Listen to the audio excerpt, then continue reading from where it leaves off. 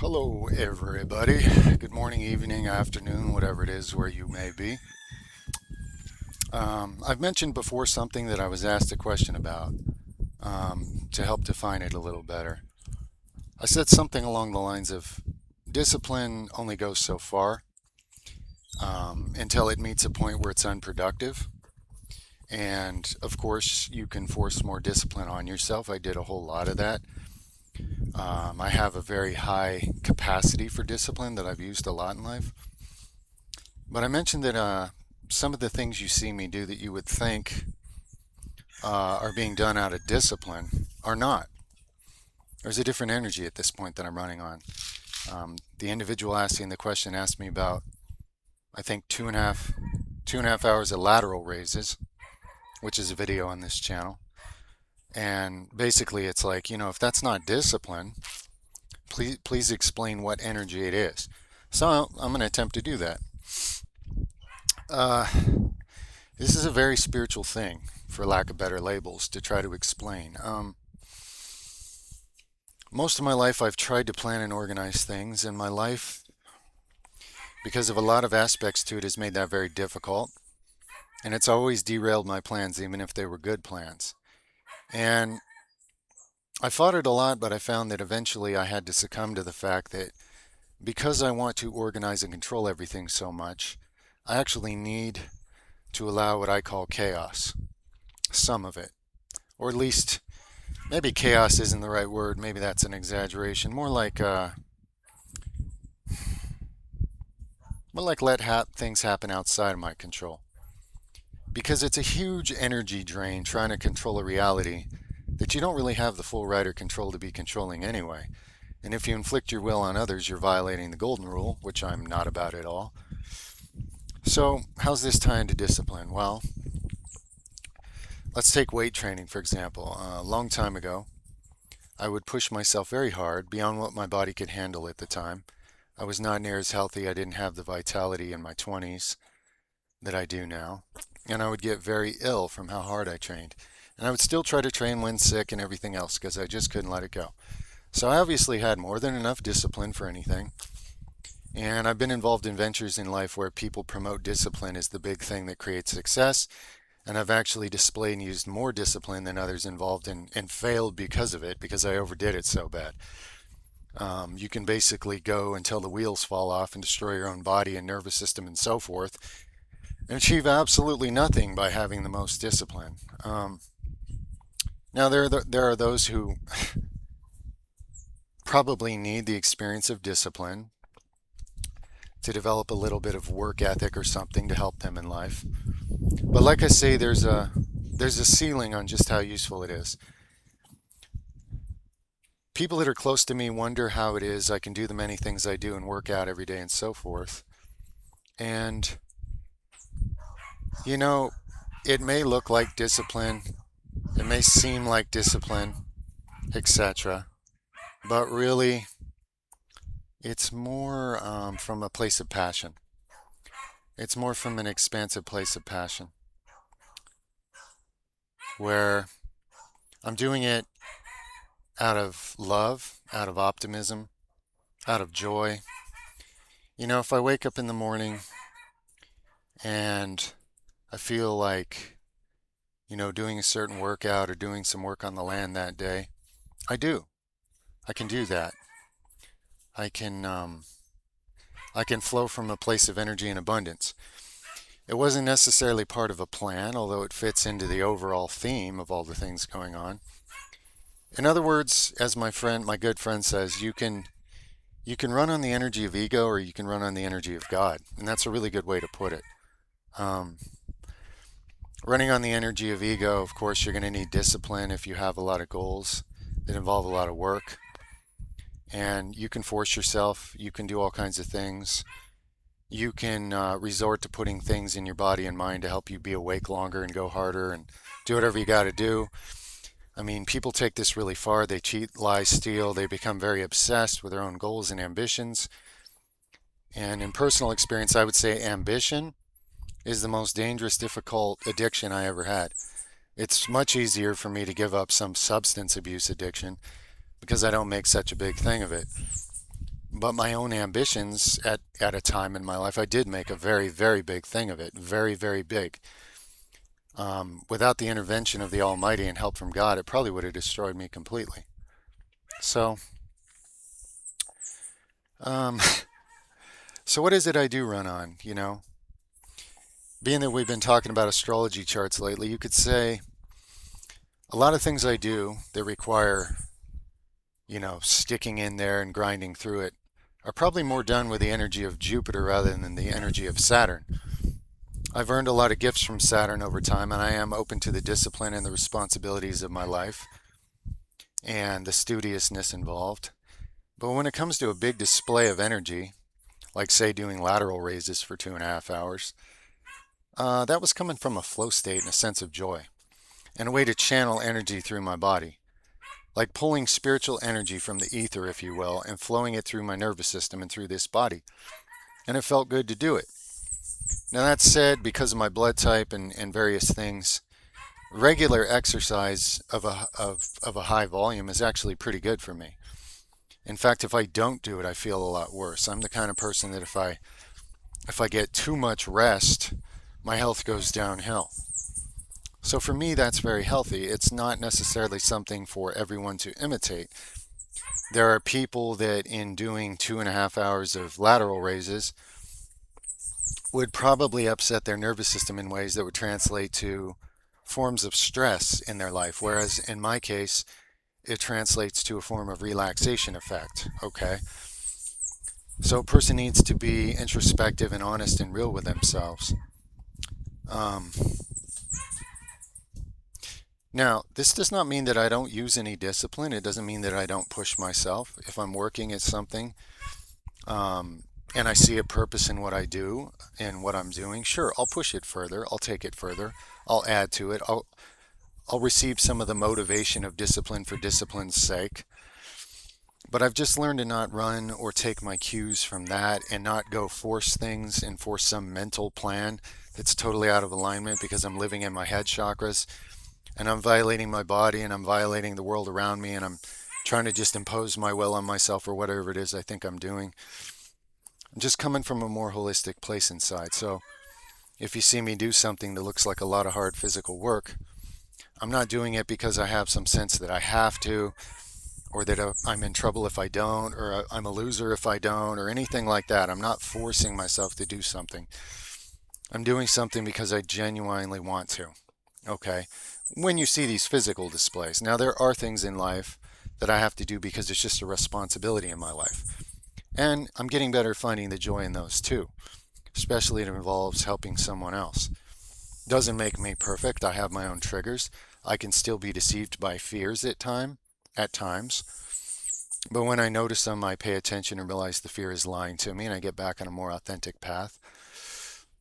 So I'm not saying I don't experience any discipline. I'm saying that discipline is not the driver anymore. Discipline is not the purpose. Discipline is not the goal. Um, Having used a lot of discipline in my life and built up a lot of capacity in my body and my mind, all that serves me well now, but it's not really from a place of just grinding and being hard on myself. A long time ago, when I was much younger, due to a more negative philosophy of life, I used to have the impression that hurting myself a lot and thinking lowly of myself, no matter how much I forced myself through, was somehow noble. Some of you are probably running on this energy because of various forms of brainwashing that exist in this world, subtle or overt and in your face, and every mix thereof. But I found this very unhealthy, and my body would always become overwhelmed and beat down through my nervous system. My immune system would collapse. My bones and tendons were grinding away, all kinds of things where I can do all those same things now, even more so, and recover very well because I'm not doing it from a place of self harm or self abuse or, putting discipline and punishment on myself for things I haven't even done that I used to believe I was guilty of because I was told so. When I when I when I really go for it now, and I can still push beyond my body's limits, guys. I can still pull or strain or wear on something or get inflamed or pop or whatever. I can still go too far. But that overreaching energy now is not something I'm inflicting on myself. It's more something I'm overexpressing from the inside because it feels great to do it. Okay, so when I overreach now and meet the limits of my flesh, it's because I'm enjoying what I'm doing. It's because I want to. It's from an authentic place of creative expression of part of who I am. And part of who I am physically is someone who actually thrives with a lot of, physical output. That actually keeps my circuits open, keeps my energy from clogging up and collecting up and overwhelming me. You know, too much stored energy actually becomes a blockage and you drown in it, basically. So, being that I'm a conductor of a lot of energy emotionally and physically and mentally and spiritually and so forth, physical outlets for me are really healthy. Again, I don't do everything perfect. Sometimes I hurt myself a bit, or, I take something too far, maybe beyond the ideal threshold. But when I get up in the morning, I don't get up with some plan that I formed the day before. I get up with a loose overall awareness of the many important things in life that need to be worked on and improved. And I allow the spirit within, which I give thanks for every day. Thank you for the guidance, blessings, and protections in life abundantly as you see fit to reveal it to me. And I thank you for quickening me to perceive you more in all things. And I go with what I'm given on a given morning. Now, sometimes, like today, I have certain responsibilities that are scheduled. I'm going to go help some neighbors, so I know I'm doing that today. So obviously, that's a plan. But on other days where my time is in my own hands creatively, I I might have a loose idea of some of the things we might do the next day, a few loose goals. But if I wake up and I'm inspired to work on a different thing or to express or maybe not even work, maybe I just need to communicate with family and friends that day, whatever it is, and see where it leads later in the day. I just start with what I'm given. A lot of times some of you may have experienced this phenomenon where you've been trying to solve a problem consciously and you're not getting the answer. And you go to sleep and maybe you wake up with, morning, brother, with like an answer, right, from your own subconscious. That's kind of the same phenomenon. It's where the answer was there all along, or the guidance was there all along. And when you're in between sleep and awake, you're sort of escaping that state of conscious thinking, which is useful and all, but people spend all their time trapped in it and then they have trouble accessing these other planes or these other levels. And so I know there are people that experience this more than others, but probably almost everybody's had this happen at some point where you're waking up and you have a creative solution to something you've been wrestling with for a long time, right? So to me, that's a very similar thing. You can go out and act on that creative solution, and whatever actions or activity or energy is needed, you can put into it. Maybe it's even a lot of energy. But when you're running on a creative idea and an inspiration like that, you're not thinking about the discipline. You're not thinking about, oh, I need to do this much more. I need to push this much more. You're just flowing with the creative idea and the creative solution. You're just moving through it. And, if you look back, you may realize, boy, I put a lot of energy actually into that creative solution. Look at all the work I did. Look at all the whatever. But you didn't approach it from that place of discipline where it's like, oh, this is going to be a lot of hard work. I got to gear myself up. I got to slap myself a few times. I got to get all like serious about this because it's going to require all kinds of discipline and I'm going to force myself through it no matter what. You don't even have to have thoughts like that because you're not running on that energy. You end up just doing it from something closer to what they call a flow state and you get a lot done perhaps, right? Or maybe what you get done is more effective and more pronounced and it might have required less energy because it was more creative. And it fit into your situation a lot better, wiser, and more harmoniously than, say, if you had just picked a plan in your ego mind. And even the best planners are, in fact, the best planners are going to make this mistake even more. When you have a strong mind for planning and systems and organizing and stuff, you'll get even more in your way this way, probably, until you learn that there's an even better way to do things.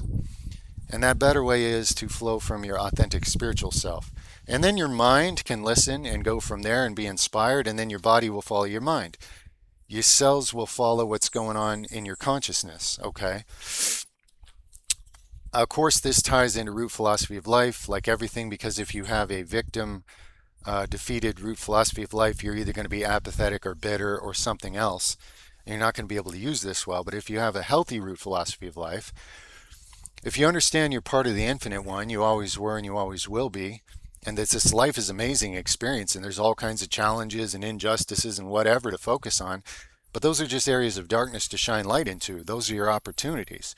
You can become profoundly inspired and just have a wellspring of life coming up from within you when you're living, flowing from the source in true, authentic spiritual connection. Whereas if you live only in your mind, you're just going to have to force yourself to have more discipline if you want to get anything done. And whether that's even worth doing, I don't know. I mean, if you're going to only live from your mind and live an inauthentic life, you might be able to argue that discipline is better than apathy. But then again, a lot of people work very hard at things that end up just doing a lot of damage to themselves and others. So it might have been better to just be apathetic in that case. If you don't have any authentic purpose behind what you're doing, I will say that practicing discipline, like I say, it can pay off later in life. Even if the things I used to overdo really were just overdoing and grinding and doing damage, the fact that I did up my threshold of pain tolerance, if you will, that does come in handy. That comes in handy at times. It's like having a few extra tools in your tool belt that help a little bit. They're not entirely necessary, but they do help in the projects of life. But I guess what I'm telling you is that discipline in and of itself, if you think that that's the big answer to things, it's most likely because you're looking at your life through only your mind. And you think, gee, if I just had the discipline, I could go make myself do all these things that the narratives and scripts running in my mind have me believing that I need to do. And if you find stillness and find a deeper interview and alignment with what you really are and where you really come from and what you're really a part of, you may find that all those things you were trying to force yourself to be so disciplined at are not really authentic to you anyway. And when you find something that is authentic to you, you'll find that creative solutions and pouring energy into it comes very naturally. Okay? Authenticity can lead you in this way to a real wellspring of energy, in other words. So I think I've explained that enough, hopefully. I think it was a really good question, and I just wanted to post something on it this morning before I get going. I have a dog with a crazy voice in the background. She's okay. That's just how she sounds. Don't let it disturb you. Some people get upset by that. Anyway, I love you guys, and I think that's all for this one. You know, feel free to have some good discussions about it below. And over and out till the next time. Much love, everybody.